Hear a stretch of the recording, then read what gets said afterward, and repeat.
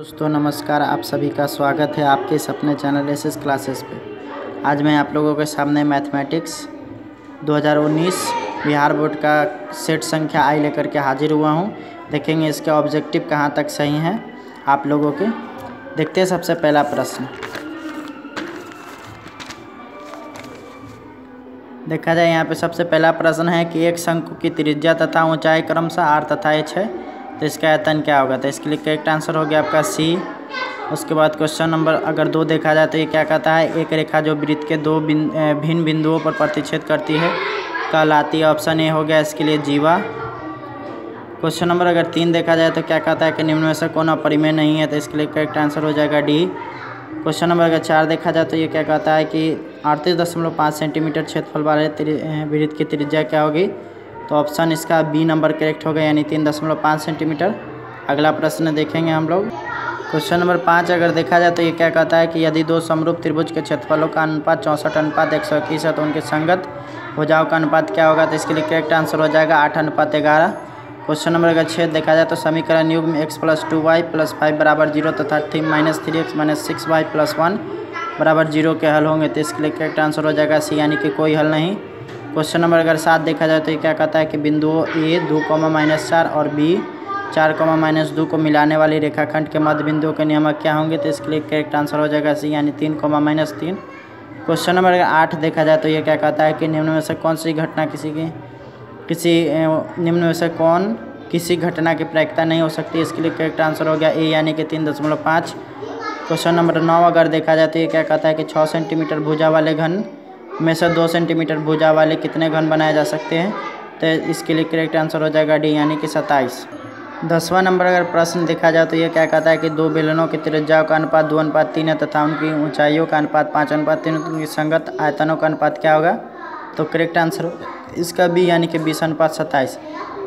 11वां number प्रश्न देखा जाए तो ये क्या कहता है कि यदि ए बी सी किसी त्रिभुज के कोण हो तो sin b + c बराबर है।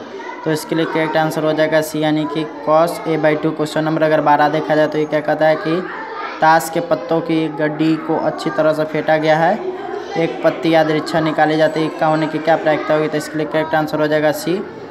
क्वेश्चन नंबर अगर 13 देखा जाए तो ये क्या कहता है कि एक आदमी 24 मीटर पश्चिम जाता है, पुनः वह 10 मीटर उत्तर जाता है, अब अपने प्रारंभिक बिंदु से कितनी दूरी पर है। तो इसके लिए करेक्ट आंसर हो जाएगा सी।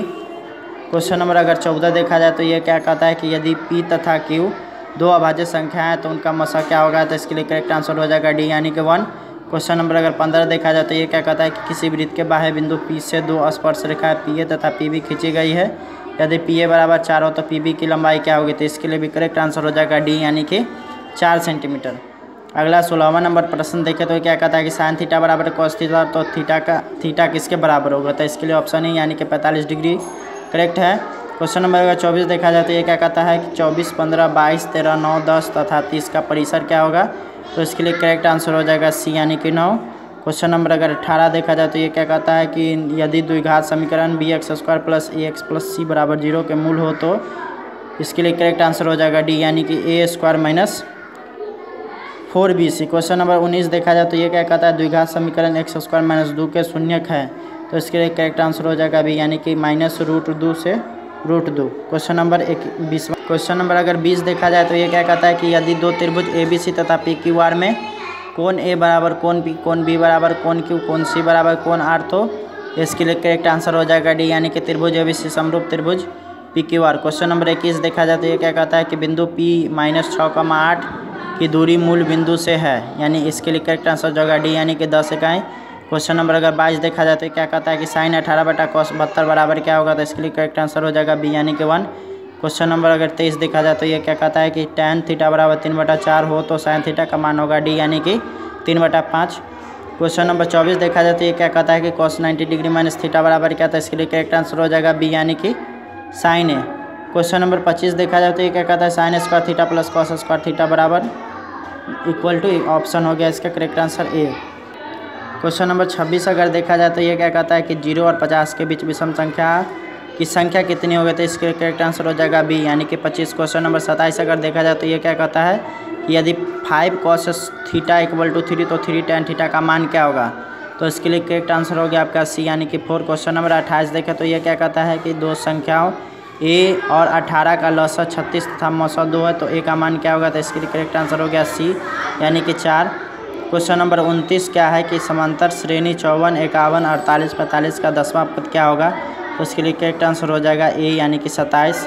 क्वेश्चन नंबर अगर 30 देखा जाए तो ये क्या कहता है कि किसी वृत्त के केंद्र से 13 सेंटीमीटर दूर स्थित बिंदु P से खींची गई स्पर्श रेखा की लंबाई 12 सेंटीमीटर है, तो वृत्त की त्रिज्या क्या होगी, तो इसके लिए करेक्ट आंसर हो गया डी यानी कि 5 सेंटीमीटर। अगला प्रश्न देखें क्वेश्चन नंबर 31वां प्रश्न क्या कहता है कि निम्न में से किस द्विघात बहुपद के शून्यकों का योग -3 तथा गुणनफल 2 है, तो इसके लिए करेक्ट आंसर हो जाएगा ए यानी कि x² + 3x + 2। क्वेश्चन नंबर 32 देखें तो ये क्या कहता है कि एक समबाहु त्रिभुज ABC की भुजा 2a है, तो उसकी ऊंचाई क्या होगी, तो इसके लिए करेक्ट आंसर हो जाएगा बी यानी √3 है। क्वेश्चन नंबर अगर 33 देखा जाए तो ये क्या कहता है दो चर में दो एक घातीय समीकरण के ग्राफ यदि प्रतिच्छेदी रेखा है तो उनके हलों की संख्या क्या होंगी। अगर प्रतिच्छेदी रेखाएं हैं तो सिर्फ एक हल होगा, यानी कि करेक्ट आंसर हो जाएगा इसका ए। अगला प्रश्न अगर हम लोग देखें तो ये क्या कहता है कि 34वां है कि 6, 8, 9 x तथा 13 के माध्य 10 हो तो x का मान क्या होगा, तो इसलिए करेक्ट आंसर हो जाएगा सी यानी कि 14। क्वेश्चन नंबर 35 अगर देखा जाए तो ये क्या कहता है किसी घटना ई के लिए निम्न में से कौन सही था, इसके लिए करेक्ट आंसर हो जाएगा सी यानी PE = 1। क्वेश्चन नंबर अगर 36 देखा जाए तो इस प्रकार है x + 3 x + 6 x + 9 तथा x + 12 का समांतर माध्य क्या होगा, तो इसके लिए करेक्ट आंसर हो जाएगा ए। क्वेश्चन नंबर 37 अगर देखें तो ये क्या कहता है 5, 15 और 20 के लौसा और मौसा का अनुपात क्या होगा, तो इसलिए करेक्ट आंसर हो जाएगा डी। क्वेश्चन नंबर अगर 38 देखा जाए तो ये क्या कहता है कि समीकरण के x - 5y = 2 तथा 6x + 2y = 7 के कोई हल ना हो तो इसके लिए करेक्ट आंसर हो जाएगा डी यानी कि k = -15। क्वेश्चन नंबर अगर 39 देखें तो ये क्या कहता है tan² 60 डिग्री का मान होगा, तो इसके लिए बी यानी कि 3 हो जाएगा। क्वेश्चन नंबर 40 अगर देखा जाए तो क्या कहता है कि सबसे छोटी अभाज्य और सबसे छोटी भाज्य संख्या का गुणनफल क्या होगा, तो इसके लिए करेक्ट आंसर हो जाएगा सी यानी कि 8। क्वेश्चन नंबर अगर 41 देखें तो ये क्या कहता है कि समांतर श्रेणी 2, 6, 10, 14 का कौन सा पद अभिराशि है, तो इसके लिए करेक्ट आंसर हो जाएगा सी यानी कि 21वां पद। क्वेश्चन नंबर 42 देखें तो क्या कहता है निम्न में से कौन द्विघात समीकरण नहीं, तो इसके लिए करेक्ट आंसर हो जाएगा डी यानी कि x² + 1/x = 2। क्वेश्चन नंबर 43 अगर देखें तो ये क्या कहता है कि बिंदुओं -5,7 और -1,3 के बीच की दूरी क्या होगी, तो सी यानी कि इसके लिए हो गया 4√2। क्वेश्चन नंबर अगर 44 देखा जाए तो ये क्या कहता है एक ठोस घन जिसका एक किनारा 14 सेंटीमीटर है में से एक अधिकतम आयतन का गोला काटा जाता है, इस गोले का आयतन लगभग क्या होगा, तो इसके लिए करेक्ट आंसर हो जाएगा बी यानी 1437 सेंटीमीटर क्यूब। क्वेश्चन नंबर 45 देखें तो ये क्या कहता है कि यदि px = x² - 3x - 4 तो px का एक शून्य क्या होगा, तो इसके लिए करेक्ट आंसर हो गया बी यानी कि 4। क्वेश्चन नंबर अगर 46 देखें तो ये क्या कहता है कि p - 4, 2 और q 8, 6 के मिलाने वाले रेखाखंड के मध्य बिंदु का नियामक क्या होगा, तो इसके लिए करेक्ट आंसर होगा सी यानी 2, -4। क्वेश्चन नंबर अगर देखें 2, 4 यानी सी। क्वेश्चन नंबर 47 अगर देखें तो ये क्या कहता है cos 1 degree, cos 2 degree, cos 3 degree ... cos 90 degree = इसके लिए करेक्ट आंसर हो जाएगा 0।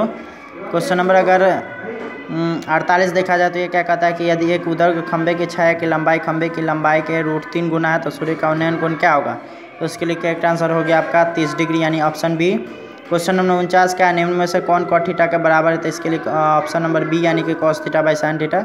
क्वेश्चन नंबर 50 अगर देखा जाए तो ये क्या है कि बिंदु 2, √3 और -√2 किस पाद में स्थित है, तो इसके लिए करेक्ट आंसर हो गया डी यानी कि चतुर्थ पाद में। दोस्तों बताएंगे आपको वीडियो कैसा लगा। आज बगल में शादी इसलिए थोड़ा सा आवाज़ डिस्टर्ब हो सकता है, फिर भी आप लोग मैनेज कर लेंगे और इसको मिला लेंगे। धन्यवाद।